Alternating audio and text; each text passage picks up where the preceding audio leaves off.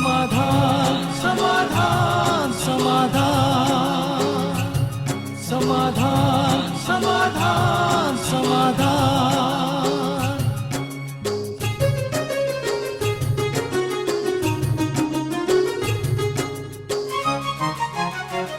समस्या से उभरना अगर चाहे इंसान, स्वयं के संग सर्व का वो दिल से करे सम्मान।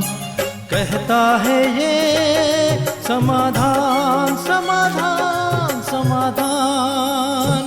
समस्या से उभरना अगर चाहे इंसान, स्वयं के संग सर्व का वो दिल से करे सम्मान।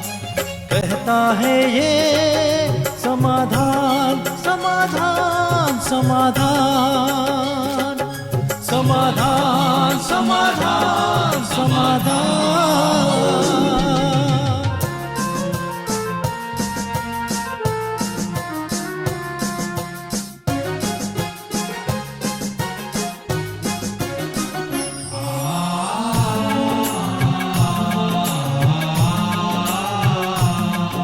तनाव बन मुटाव की अगन से स्वयं तू संभल ले, है इसी में शान। दूरिया दरारे मिटाए मन से, जीवन बन जाएगा खुशियों की खान खुशियों की खान। कहता है ये समाधान समाधान समाधान। नमस्कार, आदाब, सत श्री अकाल मित्रों, स्वागत है आप सभी का समाधान कार्यक्रम में।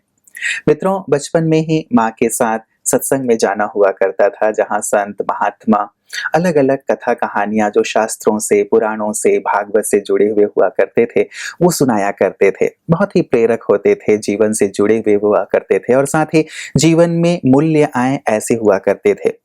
एक बार एक महात्मा जी सुना रहे थे कि छोटी सी मछली भी पानी के विपरीत बहाव में भी आगे निकल जाती है, जबकि बड़े से बड़ा हाथी भी पानी के बहाव में बह जाता है। इसका कारण ये है कि पानी की शरण में है वो मछली छोटी सी, और यदि पानी की शरण में है इसीलिए वो मछली सहज रूप से, चाहे पानी की धारा विपरीत ही क्यों ना हो, निकल जाती है। वैसे ही यदि हम प्रभु की शरण में रहते हैं तो इस संसार सागर में कितनी भी विपरीत परिस्थितियां आएं, लेकिन हम सहज रूप से उसे पार कर लेते हैं, या हमारा जीवन उससे ज्यादा प्रभावित नहीं होता, हम सुखी और शांत रह पाते हैं। और शायद इसीलिए कहा भी गया है गीता में कि सर्वधर्मानि परित्यज्य मामेकं शरणं व्रज, कि तुम मेरी शरण में आ जाओ तो तुम्हारी सारी समस्याएं, सारे बोझ, सारी तकलीफें दूर हो जाएंगे। गज और ग्राह अर्थात हाथी और मगरमच्छ की कहानी भी हम सुना करते थे कि कैसे ग्राह ने अर्थात मगरमच्छ ने हाथी को पकड़ लिया, और जब उसने पुकारा, हाथी ने प्रभु की को याद किया, तो प्रभु भागे चले आए और उसकी रक्षा की। बहुत ही सुंदर सी बात है मित्रों, जो हमें भी प्रेरित करती है कि हम आध्यात्म की ओर और ईश्वर की ओर चलें और उनकी शरण में रहते हैं, अर्थात उनकी याद में रहते हैं, तो जीवन सचमुच सुकून से भरा हुआ होता है। आज मैंने इसकी चर्चा कुछ विशेष कारण से की है, लेकिन उसका खुलासा मैं बाद में करूंगा। आइए पहले हम राधा जी का स्वागत करते हैं। राधा जी, बहुत बहुत स्वागत है आपका। थैंक्स। राधा जी, कल एक फोन कॉल मेरे पास आया और वो उड़ीसा से था, और उन्होंने कहा कि उनके पति डॉक्टर थे और वो अचानक ही, बहुत अच्छे डॉक्टर थे, सबकी बहुत खातिरी किया करते थे, अपने मरीजों को भी बच्चे की तरह मानते थे। 24 घंटे उनका फोन ऑन रहता था, वो चले जाया करते थे जब भी बुलाया जाता था। और रोज उनका नियम था कि सुबह 4 बजे उठ करके नहा धो करके वो शिवालय जाया करते थे और वहां से 8 बजे पूजा आदि करके वापस आते थे। बहुत ही भक्ति भाव से भरे हुए थे। लेकिन उनको कैंसर हो गया, और अचानक जब कैंसर हो गया तो उन्हें भी विश्वास नहीं हुआ कि मुझे कैसे हो सकता है, और सबने बहुत प्रार्थना भी की उनके लिए। उन्होंने भी कहा कि मुझे कुछ नहीं होगा, लेकिन उनकी मृत्यु हो गई। तो उनकी पत्नी का प्रश्न ये था भ्राता जी कि जो इतने धार्मिक थे, प्रभु की शरण में थे, सुनते तो हम ये भी आ रहे हैं कि प्रभु रक्षा करते हैं उनकी शरण में जो हैं, लेकिन उनके साथ फिर ऐसा क्यों हुआ, इसका कारण वो जानना चाहते थे। देखिए, 2 बातें हैं। एक तो प्रभु ने उनकी रक्षा ही की। हो सकता है कैंसर से वो बहुत पीड़ित होते, जल्दी ही उनको ले लिया। और दूसरी बात ये, भगवान को भी कभी कभी ऐसी अच्छी आत्माओं की कहीं विशेष कार्य के लिए जरूरत पड़ती है। अभी उन्होंने देखा यहाँ उनका कार्य पूर्ण हो गया, उनके दुआओं के भंडार भरपूर हो गए, यहाँ का उनका पाठ समाप्त हुआ, तो उन्हें ऐसी जगह भेजेंगे जहाँ इससे और एक अच्छी सेवा उनके द्वारा हो सके। उनके जन्म से ही कई परिवारों का कल्याण होने लगे और इस तरह से उनका जो एक बहुत निगेटिव कर्मिक अकाउंट था उसको भी समाप्त कर दिया। तो हम कर्मों की इस गुह्य गति को और परमात्मा के कार्य करने के तरीके को भी समझते चलें। मनुष्य तो केवल ये सोचता है कि इतना अच्छा व्यक्ति, इतना शुभ कार्य करने वाला, सदा मरीजों के लिए जैसे समर्पित। जी जी जी। लेकिन फिर उसके साथ ऐसा क्यों हो गया? इसमें क्यों की बात नहीं, जो उसने पुण्य किए वो उसके अकाउंट में जमा हो गए। उन्होंने उसके पूर्व जन्म के थोड़े बहुत भी अगर विकर्म रहे हों उनको भी काट दिया और अब उसे एक अच्छी जगह जाना था, वो आत्मा चली गई। इसलिए भगवान ने ऐसा क्यों किया ये प्रश्न नहीं है, क्योंकि हर जगह भगवान हमारी इच्छा के अनुसार काम नहीं करेगा। उसके अपने भी कुछ कार्य हैं, उसके अपने लिए कुछ उसे करना है, संसार के लिए बहुत कुछ। तो ऐसी अच्छी आत्माओं को वो वहां भेजता है। हमारे साथ भी ऐसे बहुत सारे केसेज हुए हमारे यज्ञ में। बहुत महान आत्माएं बहुत जल्दी चली गई और कुछ ऐसी जिनकी मनोस्थिति अच्छी नहीं थी वो ठहरी रही यहाँ। तो मुझे याद आता था कि गुरु नानक देव जी कहा करते थे कि जिस गांव में ज्यादा अच्छे लोग हैं तो उजड़ जाओ और जिसमें थोड़े खराब लोग हैं तुम बसे रहो, आशीर्वाद दिया करते थे। शिष्यों ने पूछा, अच्छों को आप उजाड़ रहे हो, बुरों को बसा रहे हो? उत्तर था कि अच्छे लोग जहाँ जाएंगे वहाँ अच्छा ही फैलाएंगे और बुरों को तो एक जगह पे ही रहना चाहिए, कम से कम गंदगी फैलाएंगे तो नहीं। तो ऐसा ही कुछ परमात्मा का विधान है, उसको हमें ठीक से जानना है। जी जी। भ्राता जी, कई बार ऐसा लगता है कि जब ये बातें हम सुनते हैं या कोई कहता है तो वो शायद हमें दिलासा दे रहा है। अब ये है कि ठीक है वो बहुत अच्छी जगह पे गए होंगे, लेकिन यदि उसका पता चल जाता कि हाँ सचमुच अच्छी जगह पे गए हैं तो शायद मन को थोड़ी सी ज्यादा राहत मिलती। प्रश्न उनका ये भी था कि इतने सारे लोगों ने प्रेयर किया क्योंकि बहुत अच्छे डॉक्टर थे, हिंदुओं ने भी किया, मुसलमानों ने भी किया, सिखों ने, ईसाइयों ने भी किया और इन्हें भी इतना विश्वास था क्योंकि इनके पास बहुत बड़े बड़े गोल थे कि मुझे ये भी करना है, लोगों के लिए ये भी करना है, ये भी करना है। और इतनी प्रार्थना भी हुई, परिवार ने भी किया, सबने किया। तो इनकी प्रार्थना ने काम क्यों नहीं किया? ये भी एक प्रश्न था उनका। नहीं, प्रार्थना ने तो काम किया और उसका दूसरा ही स्वरूप था, जैसे मैंने कहा कि निश्चित रूप से उनको कैंसर की पीड़ा से पहले ही मुक्त कर दिया गया। तो उनकी प्रेयर ने इस तरह भी काम किया। प्रेयर केवल किसी को जीवन ही नहीं देती लेकिन दुखों से भी मुक्त करने का काम करती है। तो जैसा मैं कह रहा था, ये कर्मों की गुह्य गति है, इसको यदि हम पहचान लेते हैं, उसकी पहचान हमें मिलती है ईश्वरीय ज्ञान लेने से, तो हमारे प्रश्न समाप्त हो जाते हैं और हम ये जान लेते हैं कि जो कुछ हो रहा है वो कहीं ना कहीं कल्याणकारी है, उसमें कुछ ना कुछ भलाई समाई हुई है। ठीक है, यहाँ वो व्यक्ति मान लो 1000 लोगों की भलाई कर रहा था डॉक्टर, लेकिन हो सकता है अगले जन्म में वो 1 करोड़ की भलाई करे। परमात्मा ने उसकी क्वालिटीज को देखते हुए कि इसके मन में परोपकार की भावना है, ये निस्वार्थ व्यक्ति है, इसको अपने लिए कुछ नहीं चाहिए, ये देने वाला है, तो उसको करोड़ों की सेवा के लिए नियुक्त कर दिया। तो इन चीजों को जब हम जान लेंगे तो हमारा चित्त शांत हो जाएगा। जी जी जी जी। मतलब ये बात है कि उसको आगे इस कार्य के लिए भेजा गया है, ये हमें स्वीकार करना होगा। जी, एक बात बता जी, वो ये भी कह रही थी कि उनका यंग लड़का है, 12वीं में पढ़ता है। उसने जब ये देखा कि इतनी प्रार्थना भी की, पिताजी भी इतनी भक्ति भाव करते थे, परमात्मा की शरण में थे, उनको दिन रात याद करते थे, उसके बाद भी भगवान ने उनकी रक्षा नहीं की, तो उनकी माँ का प्रश्न था कि अब वो लड़का पूरी तरह नास्तिक हो गया है, भगवान का नाम भी नहीं सुनना चाहता। संभवतः ऐसे भी कई लोग होंगे जिनके मन में ये भाव आ गए होंगे कि परमात्मा रक्षा नहीं करता। हाँ, देखिए ये तो है, युवकों के मन में तो खास वो नास्तिक हो जाते हैं, लेकिन नास्तिक होने से तो वो और ही परमात्मा की मदद से वंचित रहेंगे और ये उनकी निगेटिव थिंकिंग है, इसको उन्हें ठीक करना ही पड़ेगा। इस निगेटिव थिंकिंग से उनके पापा वापस तो नहीं आएंगे और ऐसे बहुत सारे लोग हैं जो थोड़ी सी भगवान से प्रार्थना करते हैं और ठीक हो जाते हैं, लेकिन हम जैसा ईश्वरीय ज्ञान से जानते हैं मृत्यु पर किसी का भी अधिकार नहीं है। वो जब जिसकी जहां और जिस कारण से होनी है वो निश्चित है। इसलिए मैंने जैसे पहले कहा, इस ईश्वरीय ज्ञान को जानकर हमें अपने को निश्चिंत करके भविष्य की ओर देखना चाहिए। जी जी जी, मतलब मन को हमें शांत करना ही होगा। जो हो गया है उसे फिर टाला नहीं जा सकता। भगवान की मदद जी बड़ी रहस्य भरी चीज है। जी जी। हर व्यक्ति चाहता है कि उसकी मदद इस तरह हो, लेकिन जरूरी तो नहीं ना जैसा हम चाहते हैं वैसे ही मदद हो। मैं एक उदाहरण दिया करता हूँ।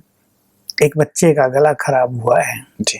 माँ उसको लेकर गई है डॉक्टर के पास। डॉक्टर ने कहा ठंडी चीज 1 हफ्ता बिल्कुल नहीं खिलाना। दवाई दे दी है, कुछ मसाज की दे दी है।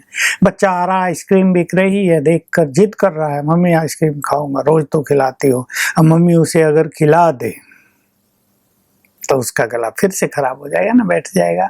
तो ये जानते हुए कि 2-4 दिन इसको नहीं खिलाएंगे फिर खूब खिलाएंगे, वो उसको कन्विंस कर लेती है। तो देखिए, मदद और नामदद, इसको हम गहराई से समझें।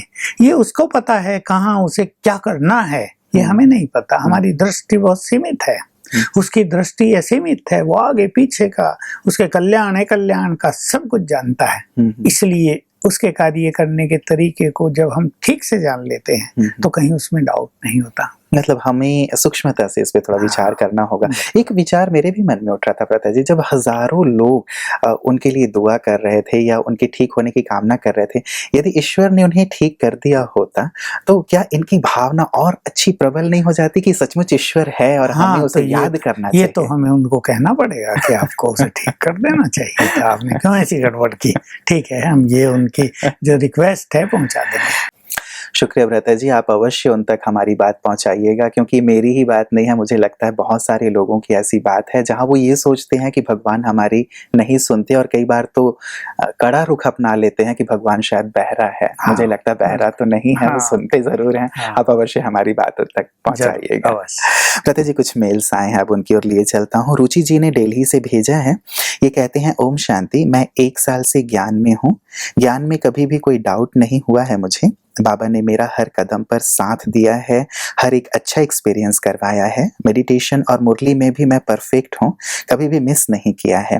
पर आजकल मेडिटेशन में और अपने रोज के काम करते हुए मुझे अपने आप ही कुछ विजुअल्स दिखते हैं। मुझे इस बारे में कुछ भी पहले से पता नहीं होता है। कुछ लोगों के विजुअल्स और उनके साथ अपने पास्ट रिलेशन को भी मैं देख पाती हूँ, और पता नहीं कहाँ से इतने सारे थॉट्स अपने आप ही मन में आ जाते हैं। अपने आप ही आसपास के लोगों के थॉट्स भी मैं कैच कर लेती हूँ।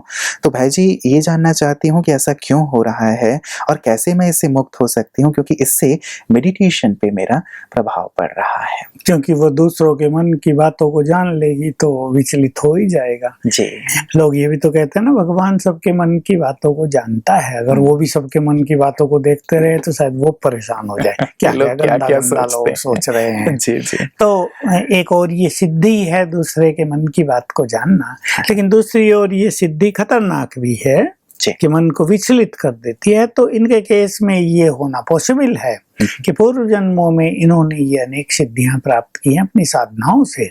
वो जागृत हो गए। जब इन्होंने अब राजयोग सीखा तो परमात्मा से कनेक्शन जुड़ा, तो ब्रेन की कुछ शक्तियां फिर से जागृत हो गई, और वो जो सिद्धियां जो मर्ज हो गई थी फिर से एक्टिवेट हो गई हैं। जी। अभी ये बहुतों के साथ भिन्न भिन्न तरह के अनुभव होते हैं। किसी को बॉडी लेस होने का अनुभव होता है, किसी को हवा में उड़ने का अनुभव होता है थोड़ा थोड़ा, और वो घबराते हैं। ये सिद्धियां हैं।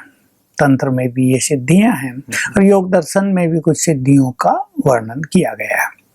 अभी इनको इनसे मुक्त होना है तो ये दृढ़ता पूर्वक संकल्प करें बस, मैं मास्टर सर्वशक्तिमान हूँ सवेरे उठते, ताकि मनोबल जागृत हो जाए पूरा, और फिर संकल्प करें मैं इन सभी पास की चीजों से मुक्त हूँ। स्वमान के अभ्यास और बढ़ा दें अपनी प्रैक्टिस में, तो नई चीजें जागृत हो जाएंगी, ये पुरानी चीज समाप्त हो जाएगी। बिल्कुल। ब्रता जी, जब कभी ऐसा होने लगे कि कोई आसपास वाले के वाइब्रेशन ज्यादा ही टच होने लगे, तो क्या कुछ विशेष करें या वहां से हट जाएं, कुछ ऐसा इंस्टेंटली? हाँ, देखिए, ये कई लोग ऐसे सेंसिटिव हो गए हैं कि दूसरों के वाइब्रेशन जल्दी कैच कर लेते हैं, लेकिन हम इतने पावरफुल भी तो हो सकते हैं ना कि हम उनके वाइब्रेशंस को समाप्त करके अपने वाइब्रेशंस उनको देने लगे, और वो हमारे वाइब्रेशंस को ग्रहण करें। मान लो एक बहुत बुरा व्यक्ति हमारे सामने आ गया, अब कोई कन्या है, एक क्रिमिनल व्यक्ति क्रिमिनल नजर से उसके पास आ गया। अभी ये सेंसिटिव है तो उसकी क्रिमिनलिटी इसके पास आने लगेगी और ये भयभीत हो जाएगी। लेकिन अगर ये तब स्वमान का अभ्यास कर ले, मैं इस देवी हूँ, परम पूज्य परम पवित्र आत्मा हूँ, इस स्वरूप को याद करके उस पर दृष्टि डाले तो इसके वाइब्रेशंस उसको जाने लगेंगे और उसकी जो क्रिमिनलिटी है वो नष्ट होने लगेगी और वो निश्चित रूप से इनके चरणों में आ जाएगा। जी जी जी। तो हम अपना प्रभाव डालें, इसके लिए ही मैंने कहा कि मास्टर ऑलमाइटी का अभ्यास करें ताकि ये सेंसिटिविटी खत्म होने लगे। बिल्कुल बिल्कुल। प्रतीक जी, दूसरा मेल हमारे पास सागर जी का आया है। ये कहते हैं, ओम शांति, आपके बताए हुए प्रैक्टिसेस मैंने की, मेरे और मेरी वाइफ के बीच के जो प्रॉब्लम थे वो सॉल्व हो रहे हैं। थैंक यू भाई जी, थैंक यू बाबा। सच में एक्सपीरियंस हुआ कि भगवान सच में हमारे साथ है। चलिए व्रता जी, हमने शुरुआत जैसे की थी, आज साथ का अनुभव इनका हो रहा है। और ये कह रहे हैं व्रता जी कि बाबा ने सब करवाया, मेरी वाइफ मेरे घर वालों के साथ अब रहने के लिए तैयार हो गई है, 8 दिन से वहाँ पे अच्छे से रह रही है, घर के लोग भी अभी थोड़ा रिलैक्स फील कर रहे हैं उसके साथ रहने से। अब आगे एक प्रश्न पूछा इन्होंने व्रता जी कि और एक गाइडेंस चाहिए भाई जी आपसे, मेरा बाबा इस वर्ड की फीलिंग स्ट्रांग होने के लिए मुझे क्या करना चाहिए?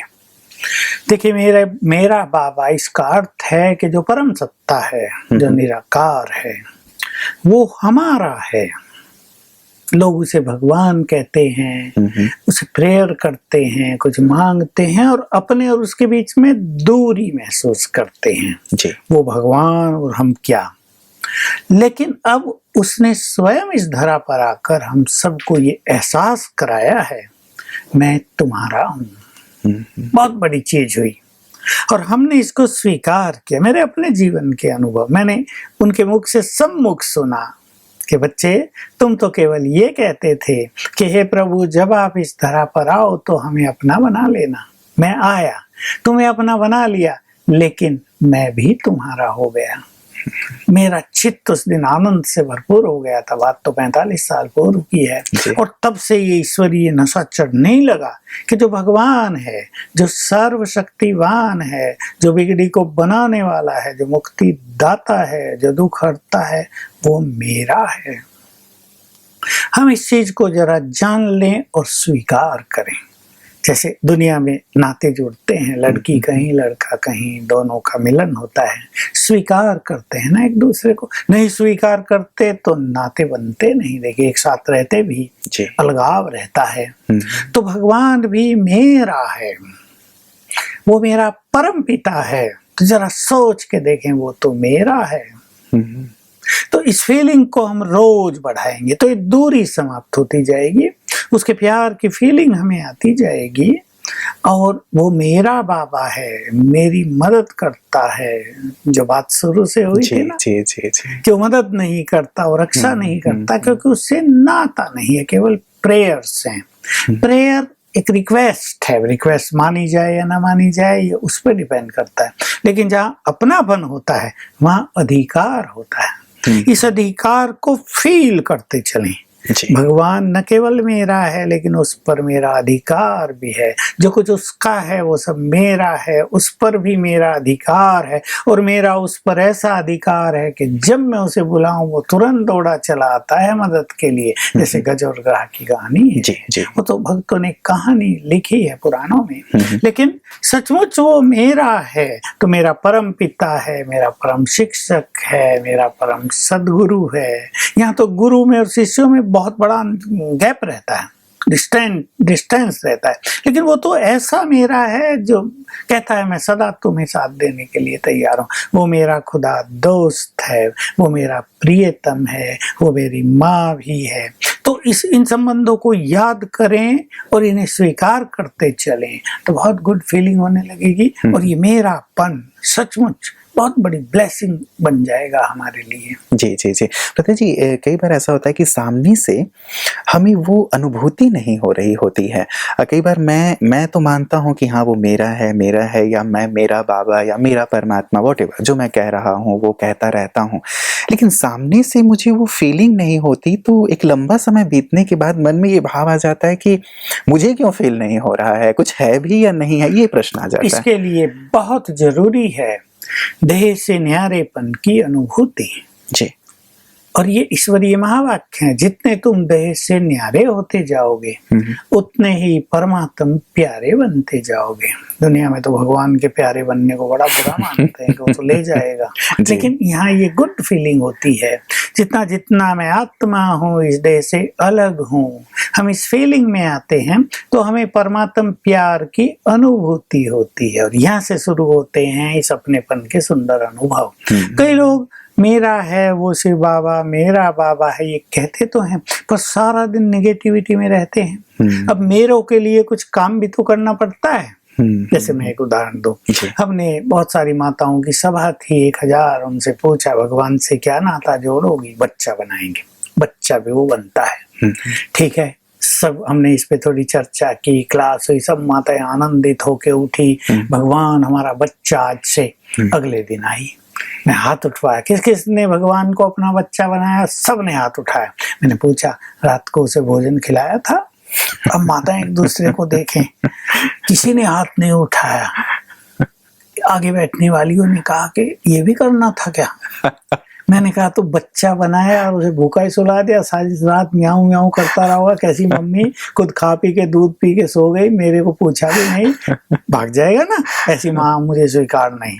तो नाता जोड़ने के साथ कुछ कर्तव्य भी होते हैं ना। तो अशरीरी होना, जो नाता हम उससे जोड़ते हैं वो मेरा है, तो मेरे भी तो कुछ कर्तव्य हैं उसके लिए, या हम यही एक्सपेक्ट करते हैं कि वही सब कुछ हमारे लिए करे। दोनों ओर से अगर ना हो तो फ्रेंडशिप चलती है क्या जी? तो हमें इस तरह के कुछ चिंतन करना चाहिए, और सारा दिन भी कुछ अच्छे पॉजिटिव थॉट्स में रहना चाहिए, उससे जुड़े रहना चाहिए। हमने उसको मेरा तो बना लिया किसी को, लेकिन दिन में 10 दिन में एक बार भी फोन नहीं किया, क्या कैसे मेरे हैं ये, सारा दिन दूसरों को बात करते रहते हैं, और जिसे मेरा कहा उसकी ओर देखते भी नहीं। तो हमें कुछ कर्तव्य करने होते हैं ताकि उसके प्यार की फीलिंग होने लगे, ये बहुत आवश्यक है। बिल्कुल। कईयों का ये प्रश्न होता है बेहतर जी, मैं उनकी तरफ से पूछ रहा हूँ कि चलिए मैं कर्तव्य करूं भी, मैं सब कुछ न्यौछावर भी कर दूं, मुझे एक बार वो अपनी ताकत से, अपनी शक्ति से, क्योंकि वो तो सर्वशक्तिवान है, थोड़ा सा अपना एहसास करा दे कि मैं हूँ और मैं तुम्हारे साथ हूँ, तो इस एहसास के सदके मैं अपना सब कुछ न्यौछावर कर दूंगा। बिल्कुल, बहुत सुंदर बात है, और वो इसके लिए हमेशा तैयार है। इसलिए ऐसे व्यक्ति को सवेरे थोड़ा जल्दी उठकर कुछ दिन अच्छा योग अभ्यास करके फिर सूक्ष्म लोक में अपने को ले चलना होगा, और सामने शिव बाबा ब्रह्मा के तन में हैं, उनसे बहुत अच्छी बातें शुरू करें, पहले उनकी दृष्टि लें, पहले शुरू करें बातें, प्यार भरी बातें। कई लोग ये भी पूछते हैं बातें क्या करें, अरे भक्ति में तुम बात करते रहे, अब बात करना क्यों नहीं जानते हो? उससे दिल की बात करें, जैसे हम और आप बात कर रहे हैं, जैसे दो व्यक्ति आपस में बात करते हैं, दो फ्रेंड बात करते हैं, पूछते थोड़ा है क्या बात करें। कोई दो फ्रेंड मिले और एक दूसरे को कहे भाई क्या बात करूं आज तुमसे, तो वो भी मजाक करेगा, तुम फ्रेंड हो, आदमी हो, क्या हो। तो भगवान से बात करें तो आगे बढ़ेगी बात, और फिर फील करें उसका हाथ मेरे सिर पर है, उसकी 1000 भुजाएं मेरे सिर के ऊपर छत्र छाया, इसको बढ़ाते चलें और बहुत जल्दी अनुभूति हो जाएगी कि वो मेरे साथ है। फिर उसका आह्वान करते रहें, आ जाओ, उसकी मदद की अनुभूति होती रहेगी, थोड़ी थोड़ी होगी। ये डिपेंड करता है हमारे अपने ऊपर, हम में कितनी भावना है, कितना विवेक है, कितना विश्वास है, और कितनी हम ये प्रैक्टिस करते हैं। ये चारों चीज हैं, लेकिन ऐसा हो ही नहीं सकता कि सुंदर अनुभूति ना हो। बिल्कुल बिल्कुल। प्रता जी कैसे बात करते हैं उस पे मैं जरूर आपसे कुछ प्रकाश लूंगा, क्योंकि मुझे ऐसा लगता है कि कई लोग 2-4 शब्द बोल के फिर खाली हो जाते हैं, क्या करें। हाँ, कि प्रभु आप बहुत महान हैं, संसार के मालिक हैं, आदि आदि। उसके बाद भाई और क्या, आप घर में क्या बना रहे हैं, ये चर्चा तो उनसे नहीं की जा सकती। तो क्या बातें हो सकती हैं अलग अलग संबंधों से? संभवतः मुझे लगता है हमने चर्चा की है, फिर भी थोड़ा प्रकाश मैं कल के एपिसोड में आपसे जरूर चाहूंगा। आज के सुंदर प्रकाश के लिए, आस्था के लिए, विश्वास के लिए, प्रभु पे जो आपने पैदा किया है, बहुत बहुत आपका शुक्रिया। मित्रों, परमात्मा सत्ता अदृश्य सत्ता है, इसीलिए कई बार हम उस पे विश्वास नहीं कर पाते क्योंकि वो दिखाई नहीं दे रहे हैं। लेकिन एक चिंतन का विषय है कि सदियों से जिसकी पूजा अर्चना होती आ रही है या जिस पे विश्वास हम रखते आ रहे हैं कि वो है, यदि वो ना होते तो शायद सदियों से ये चीज़ ना चली आ रही होती, क्योंकि जो झूठ होता है वो बहुत जल्दी समाप्त हो जाता है, लेकिन सत्य हमेशा ही अचल अटल रहता है और उसके लिए कहा गया है कि वो अविनाशी है। हाँ, आवश्यकता इस बात की ज़रूर है, मुझे ऐसा लगता है कि हम उसे अनुभूति करने की ओर बढ़ें, एक कदम हमें अपनी ओर से बढ़ाना होगा। तो निश्चित रूप से जैसे लाखों साधक उन पे विश्वास करके अपने जीवन को श्रेष्ठ बना रहे हैं, वैसे हमारा जीवन भी बन सकता है। किसी ने बहुत सुंदर पंक्तियां कही थी कि कौन कहता है कि खुदा नजर नहीं आता, सिर्फ वही तो नजर आता है जब कुछ और नजर नहीं आता। सच बात है मित्रों, जब सब साथ छोड़ जाते हैं तो उसके सहारे ही हम अपने जीवन को आगे बढ़ा पाते हैं, तभी तो उसके अस्तित्व को हम मान करके अपने जीवन को श्रृंगारित कर पाते हैं ना। और ये सचमुच इस बात का प्रतीक भी है, द्योतक भी है कि कहीं ना कहीं हमारे सबकॉन्शियस में जो गहराई से छपा हुआ है वो उसके अस्तित्व को स्वीकार करने को लेकर के है। हाँ, ये बात और है कि जब परिस्थितियां और बातें आती हैं तो शायद हमारी आस्था, हमारा विश्वास डगमगाने लगता है, लेकिन विश्वास को बनाए रखें, आस्था को बनाए रखें और आगे बढ़ते रहें। कैसे हम उनसे बात कर सकते हैं और कैसे हम अपने संबंधों को और प्रगाढ़ कर सकते हैं, उस पे कल भ्राता जी से अवश्य प्रकाश लेंगे। आप बने रहिएगा समाधान कार्यक्रम में हमारे साथ। नमस्कार। धैर्य और दृढ़ मनोबल से कर दे तू पल भर में मुश्किलें आसान, कथनी समकरनी के पावन जल से स्वर्ग बन जाएगा सारा ये जहान, सारा ये जहान। कहता है ये समाधान समाधान।